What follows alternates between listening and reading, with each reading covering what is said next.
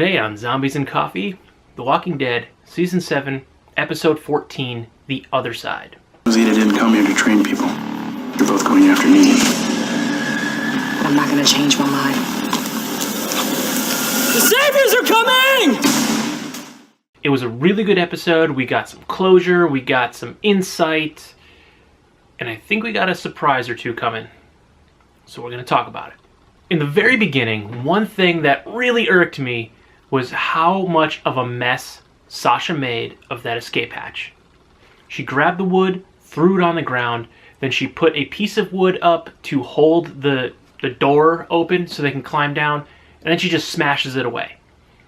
She made a complete mess, and it's obvious if the Saviors were there to look around any more than they kind of did, besides when they almost found Daryl and Maggie, they definitely would have found that. They definitely would have known something was up, which would have definitely not been good for the Hilltop.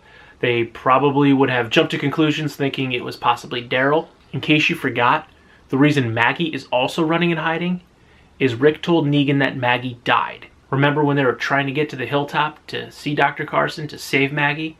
When Negan blocked off all the roads and they bashed in the brains of Abraham and Glenn? Yeah, Maggie was sick. Negan knew about it.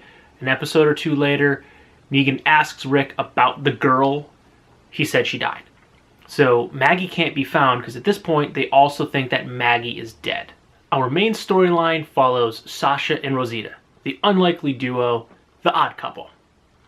They're arguing, bickering the whole time, and Rosita does not want to have a conversation with Sasha. Sasha trying to make small talk. They're on the way to the Saviors compound, which we see is pretty far away because they keep trying to find a car that works. Keep that in mind for a little bit later on.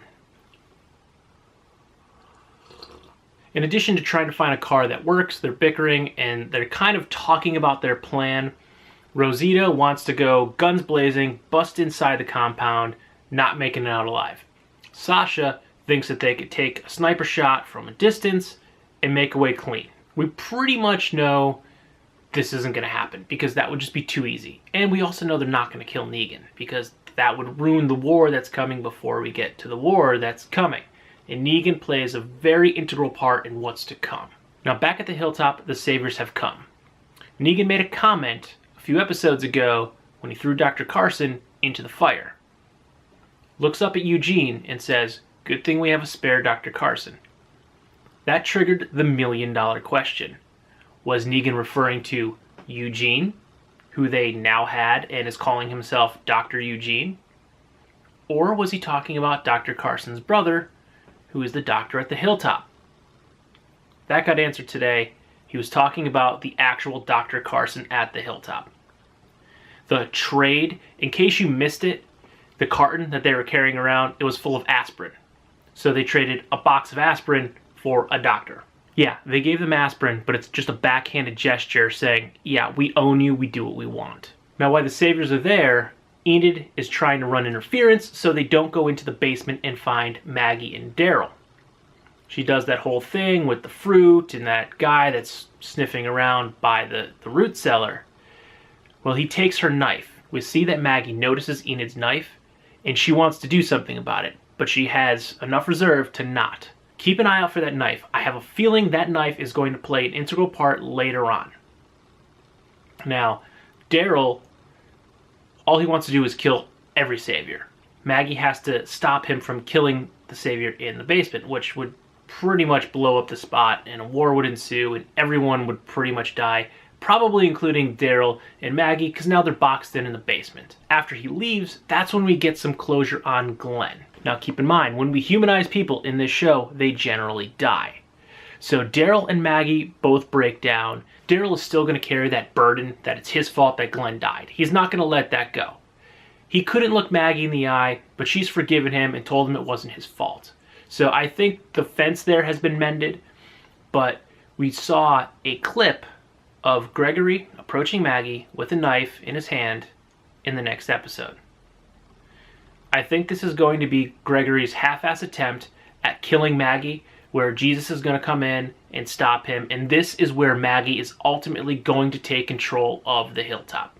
We've already seen Gregory hinting to Simon that someone else wants to take over and they're not going to be so willing to be cooperative. And Simon gave him that note.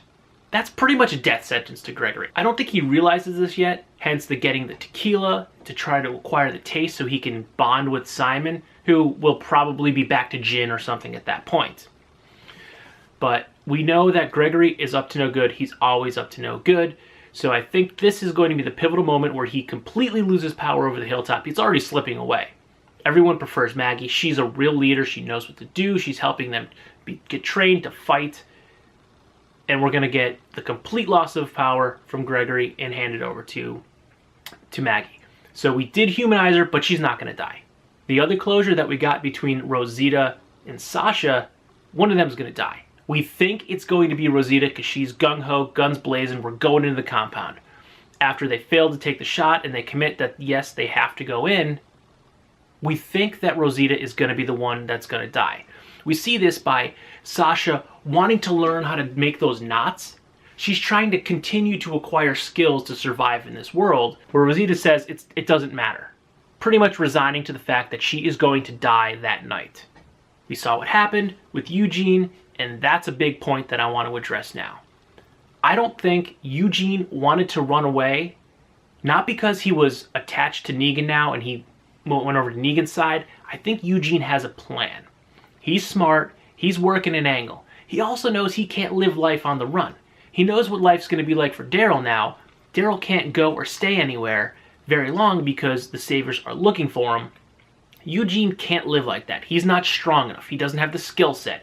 He's starting to become a stronger character, but he still doesn't have the skill set to survive on his own. So he knows he can't live on the run, and I think he's cooking up a plan. He's got something in the works. After the failed attempt to rescue Eugene, they cut the fence, Rosita's about to go in, and Sasha delays. Sasha makes up an excuse that they need to make the hole wider. You pretty much knew what was going to happen, that she was going to lock herself in. That was a good twist, because we have the one that wants to survive and carry on is the one that's going into to death. She knows she's going to die. She's not going to get out of there alive. Whether or not they catch her or they kill her, that's up in the air. I think this is just going to anger Negan even more, and this is really going to start the war, because now no matter what Sasha says, Negan's not going to believe her and he's going to go after everyone else. Maybe I'm wrong and he'll take the word on it that she tells him that he bashed in the brains of her boyfriend Abraham and she's just out for revenge and she's running solo. I don't think Negan is going to take her word on that. I also don't think that Eugene is going to tell Negan that Rosita was there. I think he's going to keep that fact to himself and just say that it was Sasha, because Sasha is going to say she was working alone. We know she's going to say she's working alone, so she doesn't endanger everyone else. Rosita's running away, and we see a silhouette of a figure with a crossbow and long hair. We think this is Daryl because he went to Jesus after the Saviors left and said, Sasha and Rosita are gone. We know they're going to go after them. But they didn't get there quick enough. We know they couldn't have gotten there quick enough. We've established earlier that the Saviors compound is pretty far away, and it took Rosita and Sasha pretty much all day to get there. So we know that they need a car to get there, and we've already seen how hard it was for Sasha and Rosita to get a running car. The silhouette figure is Dwight. And this is going to be the turning point for Dwight. He's going to help Rosita escape. He's going to go back to Alexandria. He's going to talk to Rick. And Dwight and Rick are going to start to form their plan to help take the Saviors down from the inside.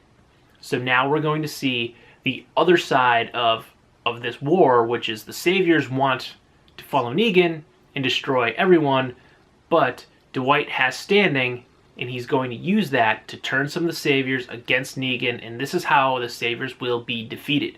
Also, we saw in the jump scene for next week's episode, Daryl riding his motorcycle next to the Winnebago, so he didn't get there, get Rosita, get back, get his bike, get to Alexandria all that quickly. We also did not see Rosita in those scenes, so it was Dwight. I'm 100% confident the shadowy figure was Dwight. Now, we also saw two things. They're going back to Oceanside. I think the explosions that we saw at Oceanside are actually going to be from the Saviors. I think they're leading up to make it look like it's going to be a war between Alexandria and Oceanside, but I think the Saviors found Oceanside, and that's what the explosions were there. And I don't know whether or not it's going to be Rick's group going to Oceanside, or if it's going to be Oceanside coming to find Rick's group, because now Oceanside knows that Rick's group is out there based upon Tara in the past. We also saw Rick and Aaron in that boat again, so I believe that the convoy leaving Alexandria was going back to that floating boat so they can get all the guns off of the boat. They didn't take them the first time. They only took the food and the rations. They didn't take the guns. So they're going back to get the guns, and then they'll find ammunition later on. Because don't forget, they still need more guns. So the convoy was headed there. That's why I think the battle at Oceanside is actually going to be from the Saviors. This was another weekly episode of Zombies and Coffee, discussing yesterday's Walking Dead episode. If you like this video or any of my other videos, don't forget to like, comment, share, and subscribe. You can like by giving me a thumbs up. You can ring that bell. You can hit that subscribe button down there, or click on that floating head of mine that's going to pop up at the end of this video. Thank you.